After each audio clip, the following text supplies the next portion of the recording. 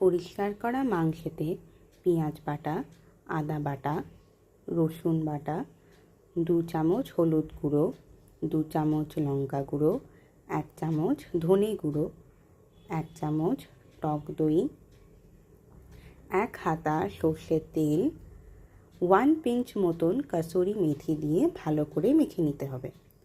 তারপর কড়াইতে তেল দিয়ে গোটা গরম মশলা দেওয়া হয়ে গেলে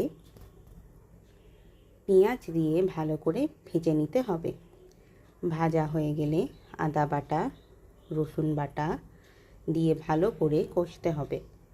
তারপর কিছু বেসিক মশলা যেমন কি হলুদ গুঁড়ো, লঙ্কা গুঁড়ো, ধনে গুঁড়ো, কাঁচা লঙ্কা, টমেটো দিয়ে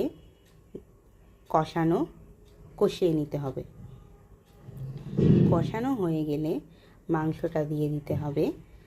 এরপর মাংসটাকে কষিয়ে নিয়ে চাপা দিয়ে দিতে হবে। এরপরে মাংসটাকে চাপা দিয়ে ভাপে বসিয়ে দিতে হবে। এর মধ্যে আগে থেকে ভেজে রাখা আলু দিয়ে একটু কষিয়ে নিতে হবে। পরিবেশনের আগে কষানোর সময় একটু ধনে পাতা ওপর থেকে পরিবেশন করে একটা পাত্রে ঢেলে রাখলেই বাঙালির কষা মাংস হয়ে গেল।